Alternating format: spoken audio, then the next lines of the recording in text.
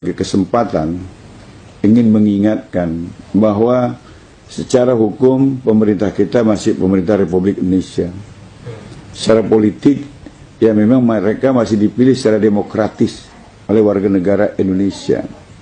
Tapi secara sosiologis ada impossible hand yang mengendalikan jalannya pemerintahan dan kekuasaan politik di Republik ini. Ya, kita nggak tahu apa itu, tapi yang kita khawatir adalah munculnya kembali tanda-tanda kebangkitan PKI. Saya guru sejarah 12 tahun. Ya, penatar P4 saya 10 tahun. Saya peserta terbaik 1 penataran P4 tingkat nasional angkatan kelima di Sumatera Utara. Saya terbaik 1. Kenapa? Karena saya bisa menjelaskan Pancasila itu dengan data sejarah. Nah, kenapa saya yang khawatir adalah kebangkitan PKI? Begini, dulu ketika PKI akan bangkit, kondisi yang terjadi sama seperti sekarang. Harga-harga kebutuhan begitu mahal. Dan kesempatan bekerja begitu sulit. Apa yang terjadi kalau kerja sulit, kebutuhan mahal? Orang nekat, orang galau. Situasi ini sangat subur untuk diprovokasi ke arah kepentingan sang provokator. Ya, jadi waktu tahun 64 menjelang 65 seperti ini.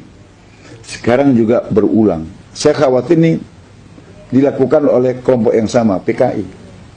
Karena orang yang kesulitan, orang galau itu sulit untuk disatukan. Seperti daun kering, nggak bisa diikat. Yang susah, yang paling mudah dibakar, diprovokasi. Nah, ini kondisi yang memang mereka ciptakan. Jadi penguasaan ekonomi di segala sektor.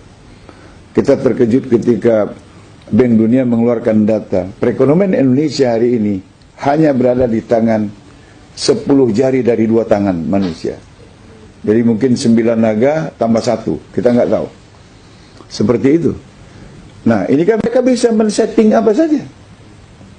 Mereka bisa men-setting apa saja.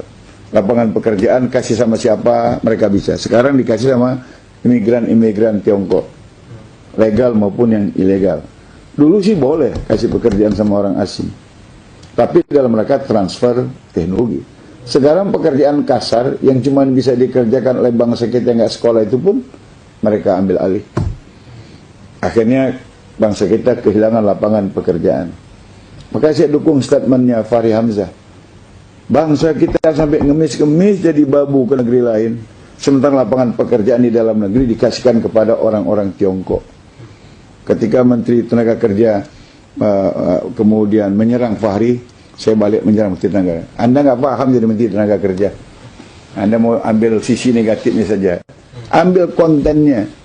Ya, proteksilah lapangan pekerjaan dalam negeri, kasih keluarga kita biar tidak jadi TKI, TKW. Anda kok malah marah? Memang ada menteri yang bodoh, saya bilang. Nah, itu sudah terjadi ya, kesulitan pekerjaan dan mahalnya harga barang. PKI dulu bangkit dalam situasi seperti ini. Kenapa? Rakyat mudah diprovokasi. Yang kedua, ciri kebangkitan PKI tahun 65 itu adalah kriminalisasi ulama dan tokoh bangsa. Lagi-lagi supaya masyarakat kehilangan arah, nggak ada panutan. Jadi kalau ulama di stigma jelek, ulama di stigma negatif, tokoh-tokoh bangsa yang banyak berjasa dikatakan makar, di stigma negatif, kan mereka kehilangan arah karena tidak punya lagi panutan. Ini juga situasi yang diinginkan PKI. Kemudian pada masa lalu juga ada pendataan ulama, terutama di Pulau Jawa.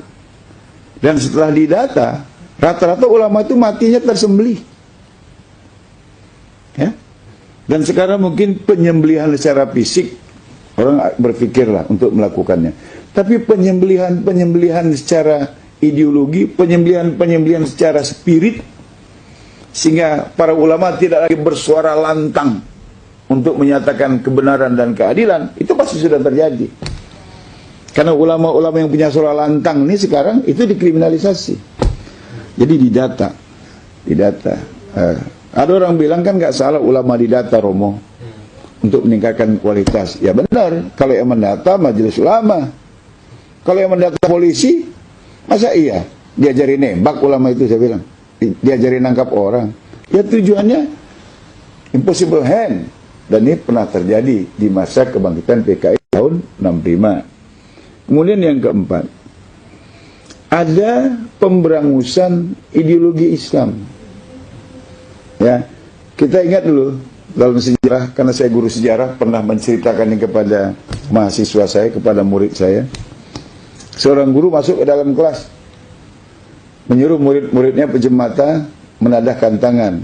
Ibu guru, kasih kami pensil. Maka anak-anak itu melakukannya. Ibu guru, kasih kami pensil. Gurunya bagi-bagi pensil. Udah, buka mata katanya. Buka mata. Ada pensilnya? Ada. Berarti ibu guru ada. Betul anak-anak? Betul. Sekarang pensilnya taruh lagi di laci. Tadahkan tangan lagi, biar dapat pensil lagi. Mintanya sama Allah katanya. Pejam mata, ya Allah kasih kami pensil. Anak-anak bilang, ya Allah kasih kami pensil. Nggak ada toh pensilnya? Ada pensilnya anak-anak? Nggak ada. Berarti Tuhan nggak ada. Kata. Dan itu sudah terjadi lagi. Kan ada di YouTube. Seorang pemuda mengatakan, asyhadu la ilaha illallah sallallahu Muhammad Rasulullah. Itu artinya aku bersaksi tiada Tuhan selain Allah. Aku bersaksi Muhammad adalah Rasul utusan Allah. Saya tanya, bersaksi di pengadilan syaratnya apa? Mengalami, mendengar, atau melihat. Nah, sekarang saya tanya, kalian ngalami nggak bersama dengan Tuhan dan Rasul? Mendengar nggak dia berfirman? Enggak kan? Mengetahui nggak? Enggak. Ngapain kau bersahadat? Itu sudah ada di YouTube. Dan itu pasti orang komunis. Dan lebih dahsyat, tokoh nasional, mantan presiden lagi. Dalam hari ulang tahun partai yang dipimpinnya. Kemudian dengan lantang mengatakan bahwa jangan menganut ideologi tertutup. Apalagi sampai percaya pada akhirat. Akhirat itu ramalan masa depan. Pertanyaannya, apa udah ada orang yang pulang dari akhirat? Begitu? Kan sama ini. Pemberangusan. Ya, pemberangusan ideologi keislaman. Baru dituduh intoleran, baru dituduh ideologi tertutup, dan lain sebagainya. Itu sudah terjadi. Kemudian yang kelima, mata uang Republik tahun 64 itu lambangnya Palu Arit. Dan Palu Arit berkibar di mana-mana. Sekarang itu juga sudah terjadi. Bendera Palu Arit di mana-mana, baju Palu Arit sudah dipakai orang. Aku bangga jadi anak PKI sudah ditulis orang. Dan uang baru, pecahan 5.000, 10.000, 20.000, 50.000, 100.000, bacaan BI dengan cat yang terputus-putus. Kalau kita rekonstruksi, ya memang Palu Arit lagi. Lengkap ya? Lengkap itu sudah ciri-ciri kebangkitan PKI. Makanya saya khawatir ada impossible hand. Ya oke, memang pemerintah kita secara hukum masih pemerintah Republik Indonesia. Secara politik dipilih secara demokratis oleh rakyat Indonesia. Tapi kenapa kebijakannya seperti ini? Saya khawatir ada kekuatan lain yang paling saya khawatirkan adalah impossible hand itu adalah PKI, karena ciri-cirinya udah sama dengan ciri kebangkitan PKI tahun 65 yang lalu. Dan ini patut diwaspadai oleh semua pihak, semua agama. Karena kalau PKI berkuasa, bukan cuma umat Islam yang dihabis, tapi semua mereka yang yakin kepada Tuhan itu.